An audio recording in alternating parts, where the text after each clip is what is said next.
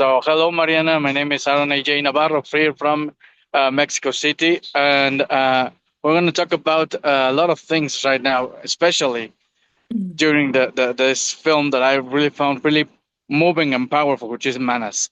So, my first question for you, Mariana, is: I know you've been doing documentaries before, one about music, one about that touches you really personally, but this one I find it very interesting that your study of this theme about the girls who live in this area, in this island.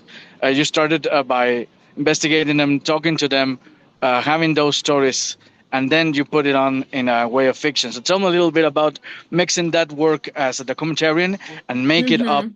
to a long feature, a fiction long feature. Yes, that's great question. The Manas was born as a documentary from an impulse of a documentaries of a woman listening and coming faced with the reality that happened to these girls about 10 years ago. I was releasing Francisco Brennand, the documentary that I did on my great uncle, who is a Brazilian artist. And I was in Sao Paulo doing press, and I went to have lunch with a very good friend called Fafá de Belém. I don't know if you've heard of her. She's a musician and an activist, a very amazing woman from a singer from Brazil. And she's from the region, she's from Pará. She had just gotten back from Arajo Island, and she had faced and heard and seen what happened there with those women and girls. And she told me, and I was absolutely shattered to know that. I almost could not believe something like that happened. And that really changed me and changed my life. I mean, that became a mission for me to give voice to these women and girls. And as a documentarist, my first impulse was I need to do a documentary. I have to go there, investigate, and denounce and shed light. Brazil has to know what's going on. We have to change things and to help these women. And then when I first started like thinking about the making of how can I make this documentary? How can I tell this story? I understood that it would be impossible for me to tell the story as a documentary because I would need to talk to these women and girls, put them in front of the camera, expose them, and ask them to recount those violent experiences they had been through, and that would make them relieve the trauma, right? When we go like when you're telling a hard experiences that you have, you experience those feelings again. And for me, ethically, that was not possible. I would never do that. So it was just the fiction came as a way to tell this story, as the only way possible for me. And then I also, it was clear to me that through fiction, I could investigate very deeply and create a story, a narrative that brought the spectator close uh, I wanted to create empathy. I wanted you to see and feel as this 13-year-old girl is going through, the most horrible violences no one should ever experience. And I hope through that, uh, I can bring change. You come out of this film transformed and wanting to, contribute to change this reality. So that's really how Manas came about. And then 10 years of research, of going back and forth to Marajo Island, writing the script, and understanding really how to use the cinematic tools and the fiction tools to create this story. Totally. And talking about the fiction, I think there's kind of a couple of factors I want to talk about. This story talks, as a matter of fact, of breaking the silence. But curiously, much of the film is very silent. There are no words. So I think that's very interesting. And when they get to act, it's not the power of the words; it's the actions that ones that speak. So tell me a little bit about that. But I think that's a very interesting way that you manage on that fiction. Yes, thank you. I wanted you to feel the violence. I wanted you to experience with feelings what this mom and this girl and this, everyone was going through. And I didn't want it to be in the dialogue, because that's exposition, I wanted you to feel. And with the silence is very symbolic. It's the silence that perpetuates the violence and the abuse. And when you are living in a violent situation, it's really the way most of the time you behave. You silence yourself.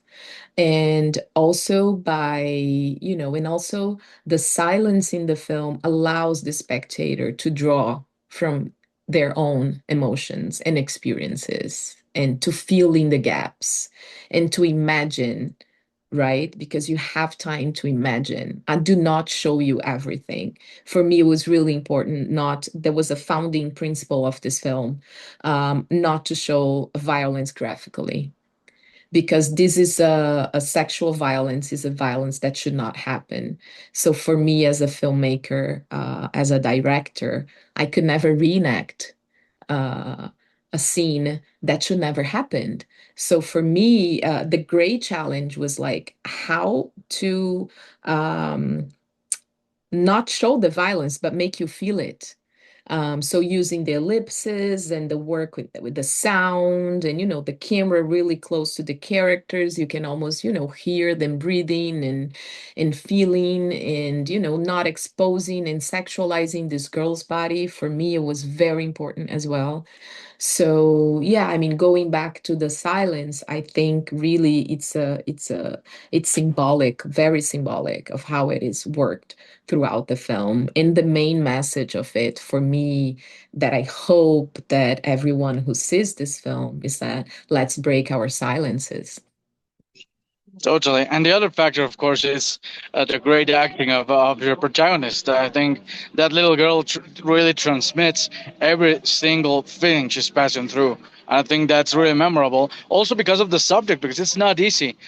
First of all, I don't know. I haven't worked with children, but first they say that directing children is maybe not that simple. And second of all, if you're touching these subjects that are kind of hard to see but Mhm. important to touch and Yeah. to express. I think those two factors play along very well, and you work with her very well. Tell me a little bit about the work you did with her, because I think it's fundamental for the film too. Yes, Jamili's performance, Jamili, who plays Marciele, it's really amazing, right? I'm still in awe of, she has such a strong cinematic presence in the screen, like, and in her eyes, like it's filled with emotions, which is really rare, even for the most experienced actor to convey so much feelings and layers of emotion just through their eyes. And we did almost 2 months of preparation, and with the young cast, and the experienced cast helped me a lot. And I wanted, when we were shooting, for everything to feel very light, but also connected and live and truthful. I mean, we were ready for them, the camera to follow the actors. I mean, most of the scenes is shot just like with the focus in the emotion of the actors in the scene, to allow them to be, spontaneous. And one thing that was very important for me was to preserve Jamili's and the young cast psychological health. I didn't want her to have to go through the experiences that her character go through. So I never allowed her to read the script. We talked about the scenes, we talked about the situations. She knew what her character went through, that she was a girl who experienced sexual violence, in being sexually exploited in the barges, and also abused at home by her father. But I never directed her during a scene saying to her, "Oh, that's when your father is going to abuse you." That's, so to preserve, really, I didn't want I don't think she needed to know this in order to bring out this so truthful and heartfelt performance. So for me, like, not inflicting more violence was a founding principle of Manas throughout the whole process of making it, especially with the actors. Totally, I think you did it very well, Mariana, and I thank you for this time. We have to wrap up because it's all the time we got. But I think it's a very powerful film. I totally understand why Walter Salas and the dance are behind it, and I hope that this film goes all the way through the world because these things have to change. We have to wake up and see these patterns that are just making us so bad in society. And I think that's the real spirit of this film. And thank you for your time and for the film. Thank you, Aaron. Thank you so much. That's all I hope, that Manas and its message echoes around the world, because we know that it's not something that happens only in Brazil, unfortunately, right? It happens all over the world. And, I hope it will help bring change and talk and debate in society and, break the silences.